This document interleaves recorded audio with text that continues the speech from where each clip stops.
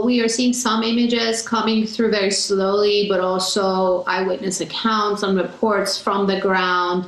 And what we understand is that last night, the last day of protests, was actually pretty big. The protests are gaining more momentum. We saw more protests, larger crowds in bigger cities, including Tehran, the capital.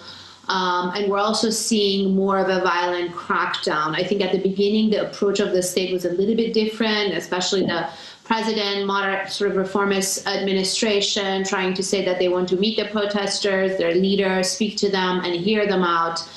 They even tried to make some economic adjustments. But I think we're seeing protests gain momentum. People are very angry. These are grievances that have been piling up for years and not addressed after waves and waves of protests in the past. And we're also now seeing a violent crackdown sort of underway by the state, and internet shutdown is one sign of that. And also the images show that a lot of violence has been ongoing, and the number of deaths and injured and arrests is also growing.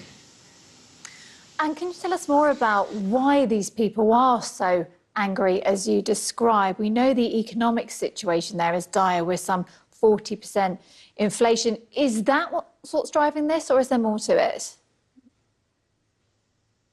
That was the spark of it, inflation and the sudden devaluation of the Iranian currency. And it started in the bazaar. It affected a certain class of merchants. We saw it start in the form of strikes and closing of shops in the bazaar. But then it turned into the strikes turned into street protests, and they spread way beyond the bazaar, way beyond the capital, Tehran, into dozens of cities and small towns across the country, and they've been gaining momentum. And it's no longer just economic demands. This is really political. This is really people's dissent and anger at the form of governance, how the country is being governed, which has political, economic, social, cultural ramifications, even environmental. The country is dealing with a water crisis, with shortage of electricity, and inflation, high prices has really impacted Iranian middle class and working classes, while at the same time, these policies have benefited a small group of elite.